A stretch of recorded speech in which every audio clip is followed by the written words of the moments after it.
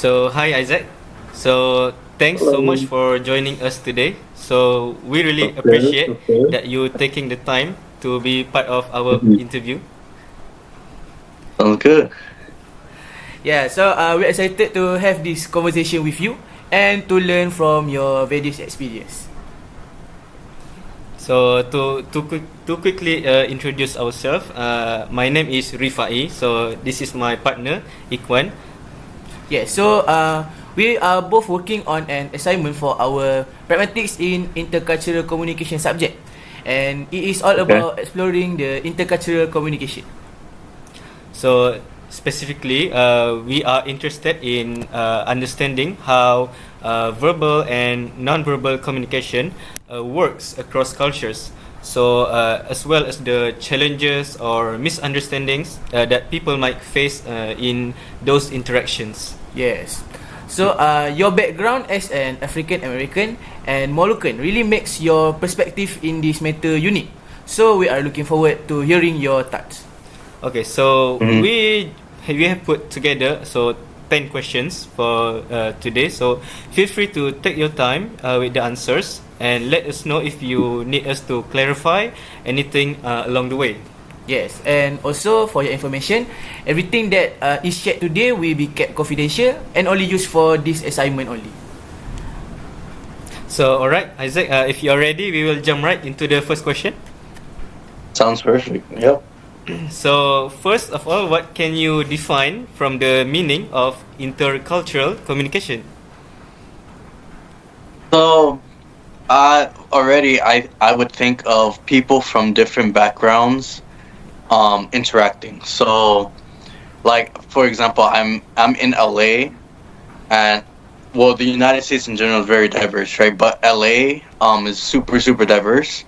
So there's a lot of intercultural communication, really, like where people who may be Mexican has to talk to someone who's Chinese, or someone who's white American needs to speak to someone who maybe is Indian American or something like that, you know. So there's like where people from different walks of life who have different cultures, different histories, they interact. So that's what I define as that.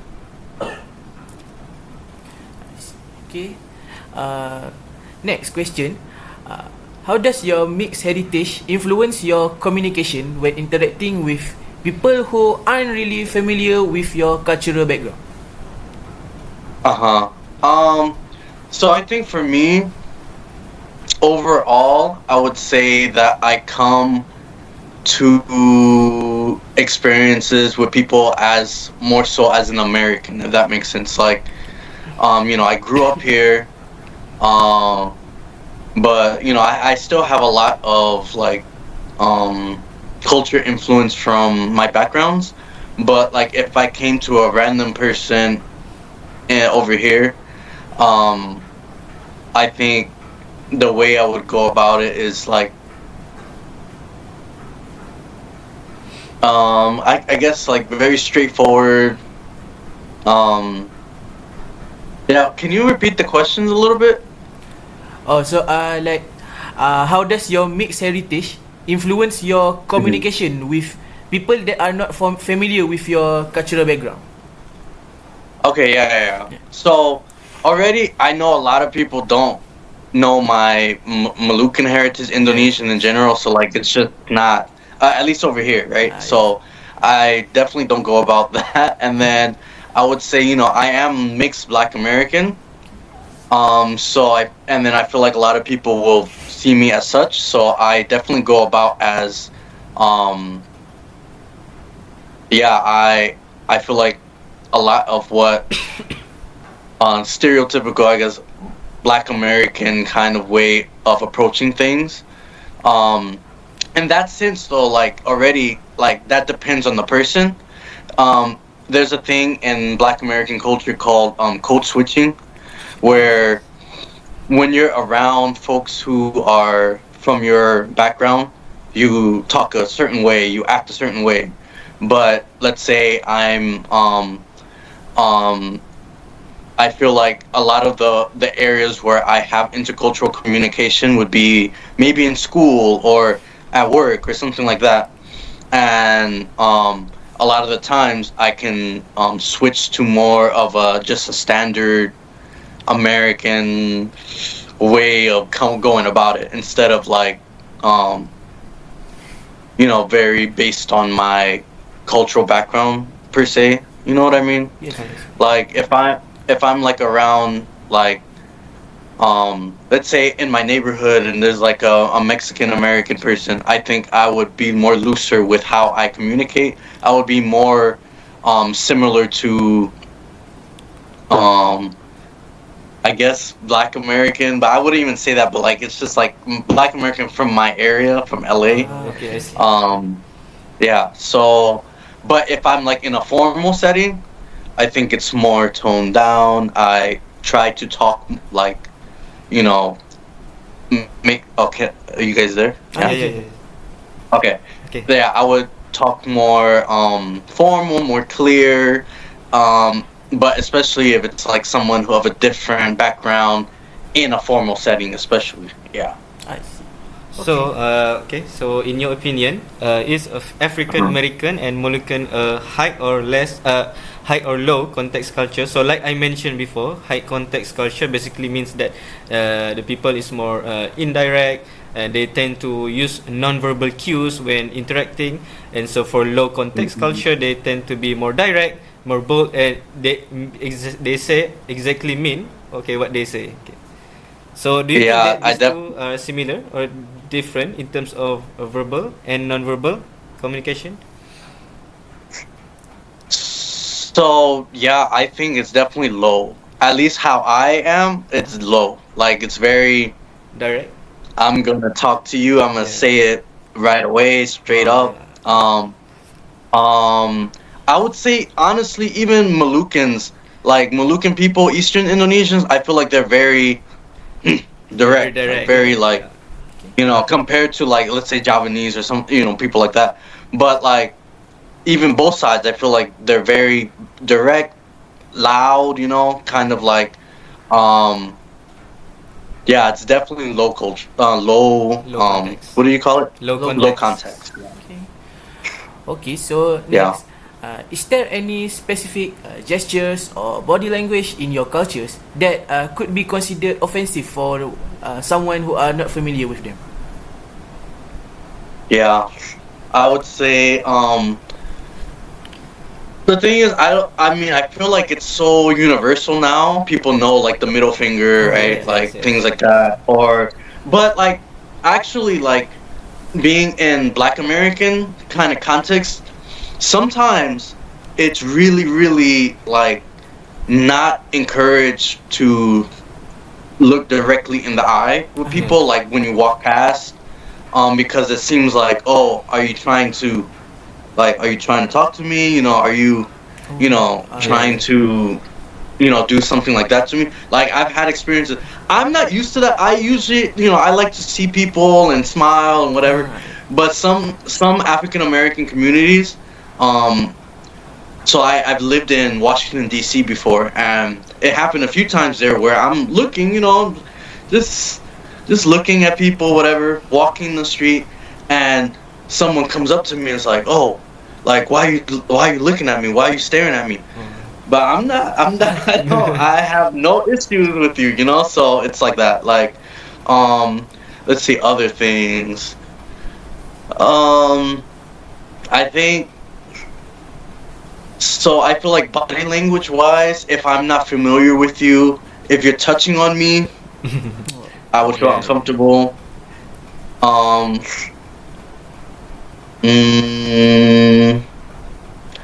Yeah, so like, are you guys talking about mainly nonverbal or just in general? This one is mainly about the non-verbal. Okay, yeah. So like, yeah, touching stuff like that. I think.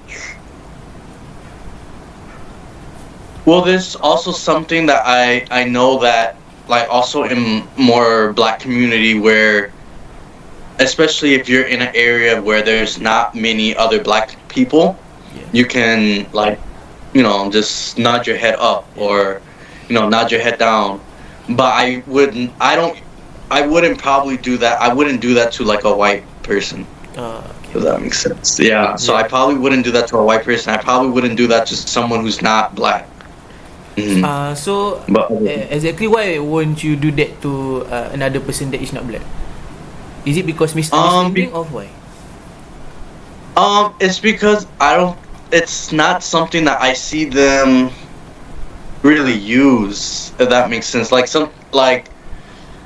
I don't know if it's not really used, but it's just like I don't know. It for me, the culture context is if I see another black person, I acknowledge them.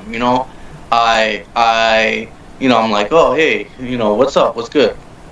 But like that. But like, let's say if I saw like a Chinese person, I probably wouldn't do that. I don't know why. I think it's just because it's just not like the norm for me to do that to someone who's not black. Okay. Maybe Latino. I will probably do that maybe to a Latino person who Latino. has like some black heritage, maybe. I see. Because there's a lot of Latinos who are, look black, whatever. Yeah. But like outside of that, I probably wouldn't. Okay, so Okay, I see. So next, have you ever encountered any misunderstanding when you are having a conversation, maybe to your dialect and accents? So can you describe that situation and how you solve that problem? Yeah, well, I'm someone who has traveled a good amount, so I know a specific example when I was living in Fiji. It was like intercultural kind of definitely intercultural communication. Where I would say I want some water, I want I want can I please get some water. But then for them, they had the whole way to say water is like doesn't sound like that. How we have like a R at the end, like that's very like I don't know how to explain it, but I would have to change up how I speak. I would have to say water or something like that for them to kind of understand. I think also, and I guess this goes back to like working and university space where there's a lot of intercultural with people from around the world. I have to really like what I was going back before, like the code switching. I have to switch how I speak to sound more clear. So instead of like, oh, I want to go to the house over there, I would say something like, I want to go to the house today, like over there. Like really pronounce my syllables, pronounce my vowels, don't eat my words. And I would say less, what do you call it? Like if you, slang words, Yeah. things like that, I would say less of that. I definitely change how I speak. Okay, thank you. And this is all over the world. Oh. Like all over the world and over here, like, Oh, I see. So it's very universal. mm. Okay.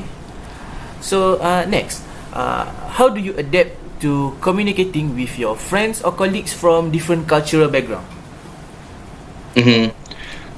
So I usually, when I first meet like people of a different culture, I would, like I said, I would code switch to the more, I don't know, standard formal. I don't know how I would explain it, but like more standard formal way of speaking. And then sometimes I would, if I'm more used to them, more comfortable with them, then I can like talk a little bit more like myself, like more what I would talk at home or in my community. And then if I see if they have issues with that, then I like try to adjust how I speak so they are more understanding of what I am saying Okay. So next, or explain myself. Yeah. okay. So in your opinion, do you think that dialects are appropriate to be used in daily conversation with people from different cultures? Yeah, I think 100%. I feel like that, like I think dialects are a part of you, right? Yeah. But like I said, like sometimes you have to tone it down when there's people who may not be in that understanding. Oh, But I think it's okay, especially informal, um, especially if it's like an informal situation or maybe you are very familiar with someone, because that allows the other person to understand where you come from, right? So I think, yeah, because like I think yeah, I think it's good to share different dialect with whoever, but of course, like if it's stopping you from being understood by someone who may be like your boss or your colleagues, where you have to get something done, or you know, it's better to just be less dialect. yes. Okay. Hmm. So next, uh, how does the concept of personal space differ in your cultures, and how has this influenced your interactions with people from other cultures? Um, so I think already, like I'm thinking back to like American, like we like to have space. Like Oh. if I don't know you, please have space. But then when I do know you, regardless of who you are, like if I'm close to you, then it's more like um more, I don't want to say affectionate, but like kind of affectionate, more handshaking, a hug, um more touch, a little bit more like that. But if that's more familiar, like you're familiar with someone. So it's different So familiarity makes different space. Okay. yes, and I feel like for me, that's on all cultures. Like if it's a different culture, like for me, I act that way unless they say different. Like if they're not uncomfortable with like a hug or something like that, then I wouldn't do it. Okay. But like, you guys are still there? Ah yes. Yeah. Okay. Yeah, if they're not comfortable with a hug, or like let's say it's like a Muslim lady colleague, I wouldn't do something like that. But like I think I keep in mind their own cultural idea of respect. But then for the most part, if there's no clear line of that, then I am more um open to touch with people who are not. I mean, it doesn't matter who. Like, if I'm close to them, right? But then again, if I'm not, let's have some space. Okay. Yeah. So, have you maybe encountered any intercultural conflict with your client? Maybe when working. So, how did you solve it? Um. Let's see. Does it have to just be with client, or could it be with like a colleague or things like that, or It just could like be also. okay? I'm trying to think. Mm, I wouldn't say like conflict. I feel like outside of like maybe misunderstandings, Yeah. Oh, sure, sure. like misunderstandings, maybe like I would say something and they may find it like, oh, I was being maybe a little harsh, but I really wasn't. Yeah. Like in my head, I'm like my intention is not to be, maybe a little harsher or whatever. But like for the most part, yeah, something like that. Like maybe misunderstandings, but nothing that's like so. Not like a huge conflict. Yeah. Yes. Okay. Okay. Now, for the final question, in your experience, do you think like these conflicts or misunderstanding occurs more when communicating with someone from a high context culture, or with someone from a low context culture? Hmm. I think so. Can you explain high culture again? I mean high context. High context. High context tends to be more indirect and non-verbal, so they don't exactly mean what they say. That's in most simple term. And then you feel like, and then low culture is more direct, more like Tends to to be the more point. bold. So I have ideas on this because I think for me, because I have that kind of background, like when I go to Jakarta, for example, like I know it's very high context, like it's kind of like um you know your how you some of your facial expressions and things like that are mean a lot. And I think with that, I feel like because a culture can be very high context and then kind of know the rules, I think that might be less conflict. Um, because because I feel like that's more like well, if there is conflict, it's more like you wouldn't be really so upfront with the conflict. It would be more maybe passive, more like, oh, or something like that, right? Like I feel like with low context, especially like even over here, if you're angry, you're going to tell them I'm angry. Yeah. You know, I don't want to do this, or I don't like you in my space, or things like that. But high context is more like, okay, maybe they're looking around, seeing other people, figuring out, oh, like like trying to, it's less invasive, I feel like. So yeah, it got me thinking to like, I think high context, it's less conflict from my experience, because the high context means that you're really looking out for how the other person feels, I feel like, or how the other person is perceiving things, while low context is more like, I'm thinking about myself. I'm thinking about, like, if I want to say something, I'm gonna say it. Like very upfront, very like brash. I mean, not everyone's like that, right? But like for the most part, that's very true, I guess, to me at least. So Thank you. So thank you so much for taking your time to answer our questions. So before we wrap up, do you have any questions or anything else to say?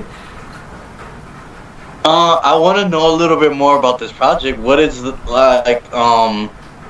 Why did you guys do it? And then what is like the whole purpose or goal from this? Okay, so basically this project is for us to fact check with what is being taught in our syllabus with a real person. So like maybe the question that we ask about, for example, the high context culture, low context culture, that is the thing that is in our syllabus. So we are trying to fact check with an experience from a real person from different culture from us. So we could really do an analysis regarding this matter. And so have you interviewed more people before me? Oh no, we only need to interview one person. Oh, you only need to interview one person. Dang. Okay. So if not, if there's no anything, so thank you once again, Isaac. So we wish you all the best in everything. All right. Thank you for participating and have a great day. All right. Thank you so much. Have a good one. Just to mention, you're in LA, right? Yes. So you know everything, wildfire going on. I hope you are safe. Yeah. I know a lot of some people who lost homes. The smoke, the ash, everything is was really bad. Like a few days before, I was hiking in the area where the first fire started. So I could see the beach, I could see everything. I drove through all of that, and then now the next 2 days, like 2 days after, completely gone. Everything's gone. It's crazy. Oh, I see. Okay. I hope you stay safe, man. All right. Thank you so much. Thank you. Have a good one. Bye bye.